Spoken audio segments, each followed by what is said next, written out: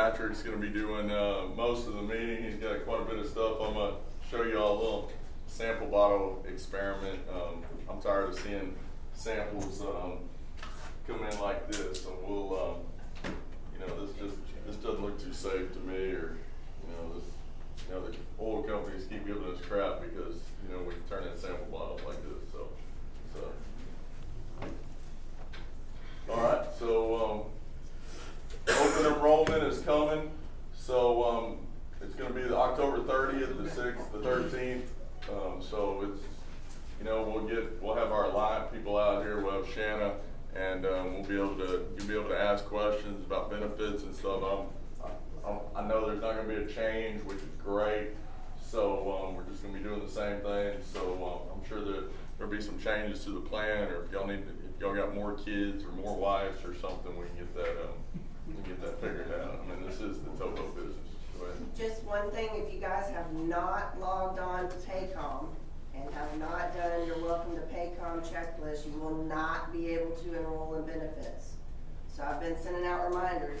Everything will be done through Paycom.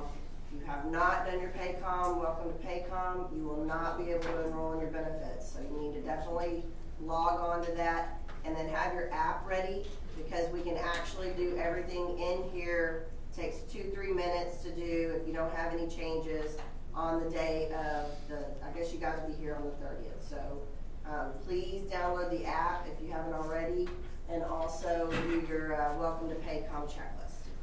Thank you. Everybody get their t-shirts out there. Everybody get a couple of t-shirts. So sorry they're so late this year. So, but we got them. So I know y'all enjoy that. So, all right. All right, Patrick. Tim, can you get the scotch?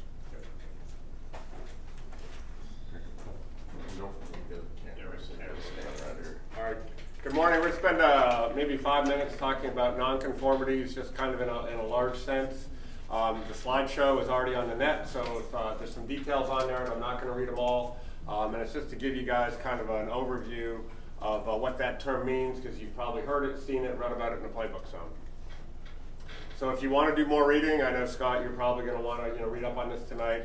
There's always ISM code. This stuff comes out of subchapter M, and it's also in the playbook in those listed sections. So that's for more reading if you're so inclined, or if you're having a hard time sleeping.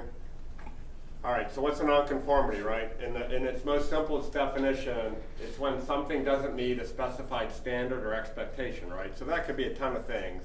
And I've actually listed some examples that we've had from audits, over the time. So a simple one, the bilge pump's broken, but you didn't report it in the work list, right? So having a broken bilge pump isn't a nonconformity unto itself. Not reporting it is. See the difference? It's kind of subtle. So you didn't do what you're supposed to do. This is different than a major nonconformity, and this is something that none of us ever want to get. So a major nonconformity is one of two things, right? It's either something that is really, really, really safety related. So the example I listed is, so now your fire detection system doesn't work, and you haven't reported that, right? So that could be like a safety issue, or maybe your fire pump or whatever doesn't work, or you have a repeated nonconformity. So somebody went on your boat, or somebody came to Audit Buffalo and they found 8 or 10 nonconformities. They might just say that the safety management system isn't working at all, and we might get a major nonconformity for that. So repetition also can cause problems. Hopefully we'll stay far away from that. So an observation, you've probably seen on audit reports already. We just went over the office's internal audit report yesterday, and we had 7 observations, right? So those are all things where the auditor looks and they say, you kind of have this here, but if you're not careful, it might lead to a nonconformity. And the key on all these things, right, is that none of these things, nonconformities, major nonconformities, or observations, they're not based on opinion. They're always supposed to be based on facts. So you have to observe or see or be able to put your hands on something that shows that the standard wasn't met. Make sense? And those are all just actual observations from audits. So reporting, right? This is where the rubber meets the road. So we're gathering nonconformities from lots of different places, and the stuff that's in light letters, those are all things that you can see that are already in place and they're working, right? So you might be reporting nonconformities through the work list. Clearly when there's audits and internal inspections and all that other sort of stuff, somebody from the outside is coming in and they're saying, you know, here they are, here are things that you need to deal with. The one takeaway from this slide is that you can report nonconformities on your own too. And one theme that comes up over and over and over again is it's always better to self-report than to have somebody report on you, right? So if you've self-reported, people come on board and they say, well, that's not right, but they've taken action, they're following procedures, and they're doing the right thing. So the key here is I don't want to develop a new nonconformity reporting form. I think we have enough forms. We're trying to kind of go in the other direction. So if you're on board and you think that there's a nonconformity that needs to be reported and it didn't get picked up anywhere else, you know, shoot me an email and say, hey, this is what I came up with, and I'll process that for you, and we'll put it into the system and we'll work on correcting it. Now, if you're not sure if it's a nonconformity or if you're not sure what to do about it, there's a whole cast of characters over there in the corners, support captains, support engineers. Give them a call. Give me a call. I mean, give Shanna a call. We're open to discuss it. It's all about identifying them and trying to get rid of them. So there's no harm in reporting a nonconformity. It's what you do about it. Speaking of which, that's the next thing, right? So the whole key of this, the whole key of any safety management system is that we're always trying to get better. We're finding things that aren't quite right, and we're closing them out. So really, there's two different kind of things categorically that you do for nonconformities. The first is corrective action, right? And so when something goes wrong, whenever there's a nonconformity, we're going to spend a few minutes and we're going to try to determine what was the root cause, right? And so the root cause is not, so say you didn't wake up on time in the morning, right? There's a root cause that you didn't set your alarm. That's kind of like a surface cause, but if you dig into it, you know, maybe you haven't slept in 2 weeks, maybe there's other reasons why. So just fixing the alarm clock isn't necessarily going to solve the problem in the future. So in all instances, when we do investigations here, we try to dig down. You don't just say, why did it happen? You ask yourself like 5 times, why did it happen? You keep digging it down. So we're always trying to close those down. There's another type of corrective action. It's not corrective action, it's preventative action, and that's trying to take care of something before it becomes a nonconformity, right? So I gave you one example. Here. We knew that with Subchapter M coming out, you needed to have certain tests and inspections for the Coast Guard, so we actually addressed that in the playbook before that became a finding down the road. All right, all make sense? Now, the bottom line is this, is that when you're on the boat, and this is kind of an important takeaway too, for SIRE inspections, Coast Guard inspections, audits, and all that other sort of stuff. For the boats, everything is in the work list, right? So this is just a slice of the current work list, and I've highlighted it, and so it'll be a little bit hard to see.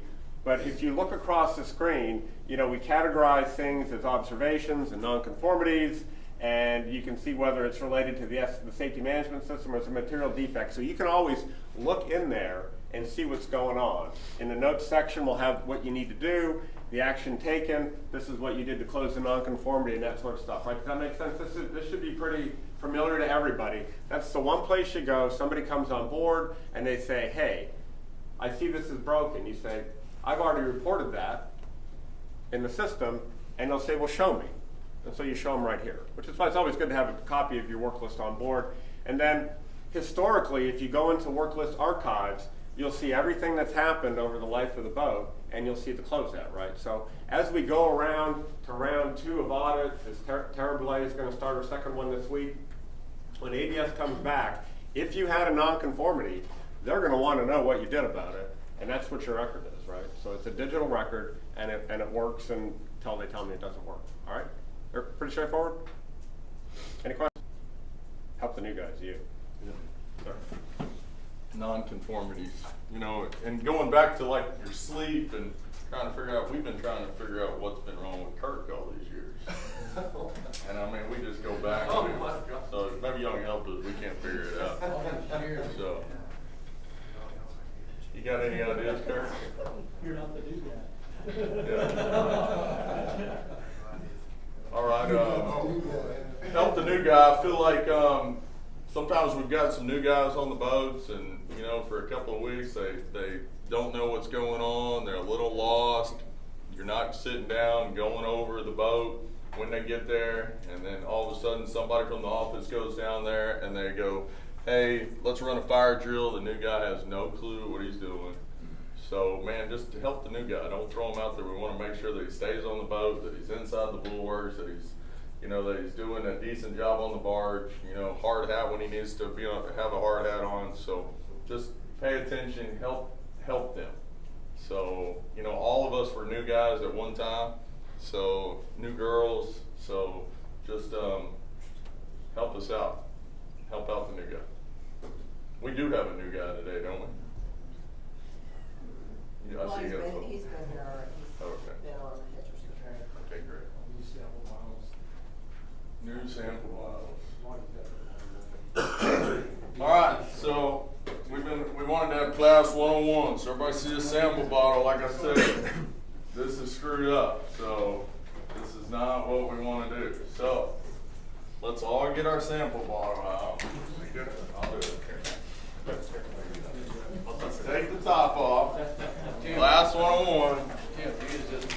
Rocky got the wrong one. It's on the blue. They don't have any blue. Hey, Tim.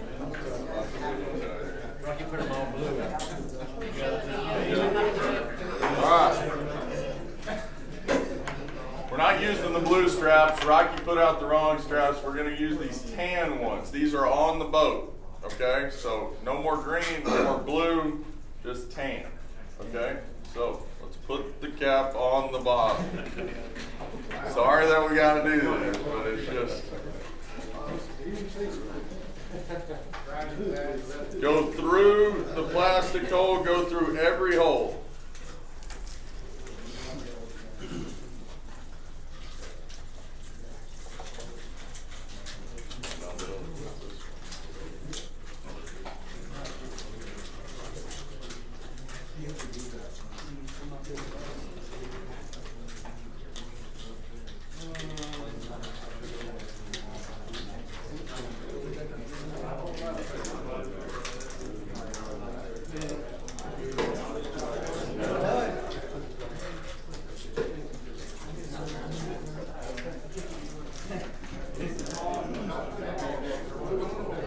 All right, everybody, hold them up.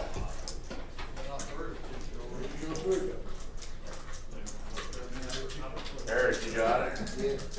I was gonna get somebody to help me out. All right, how many Tigermen we got in here? All right, can we, yeah, everybody. Come on, everybody raise their hand. Everybody's got Tigerman sticky. So, we know how to do this. This is not correct. I know why you do this, so you can carry them off the barge. So, but hey, today we're gonna have some milk crates. If you go over and get supplies, grab some milk crates, because anytime you come in from crew change, I want you to bring the samples.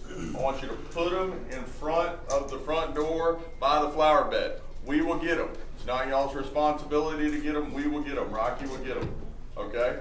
Just if you can help us out, but if you can have them strapped like this, this is how we want them. We go back to having a piss test.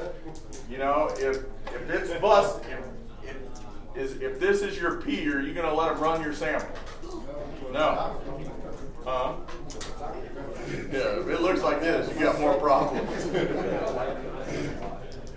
All right, so if y'all just help us out, this will really help us with some of the trouble that we've had with the oil companies and just some of the bad product. This makes us look better, and we look like we know what the hell we're doing. Yes, sir. A lot of the ships, they want to put their sample tags, they want to double seal.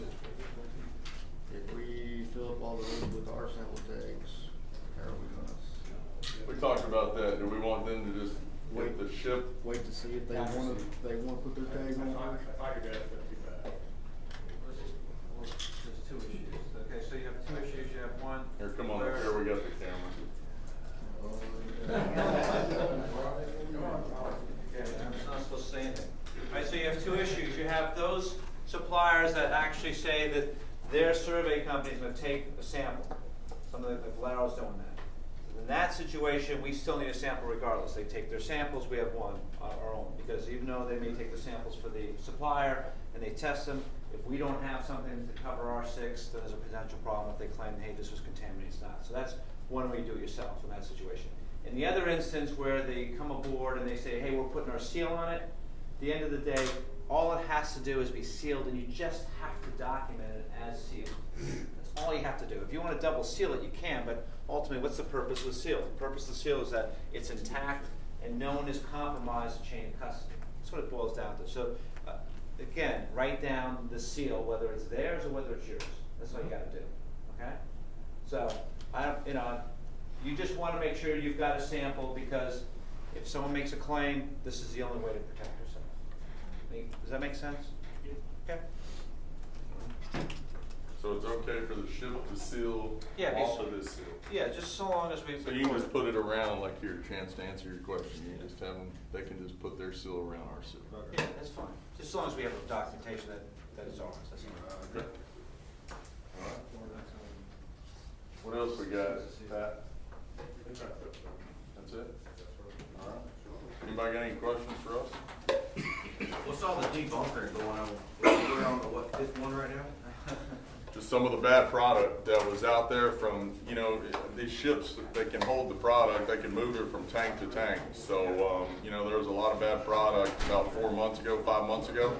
And that's whenever bunkers has really slowed down, because a lot of ships are, getting oil other places. But now it feels like it's all cleaned up, but now we're just taking it off for those customers. So, it's kind of difficult. It moves slow, so we understand, the ship's pumps, it takes forever to get stuff off. Yeah, this is enjoyable too, though. Not a bother. It's enjoyable from a profit standpoint, so embrace it. I feel like we're doing a good job. We're staying somewhat busy. Line haul's been busy, but bunkers is still a little slow. But hopefully it'll start picking up. But this time of year, in another month, it always slows down anyways. The closer we get to Christmas. But I appreciate it. What's that? Brantley's been here a little while, but he came in on like a Friday, and he did not get his football yet. Oh, come on up here.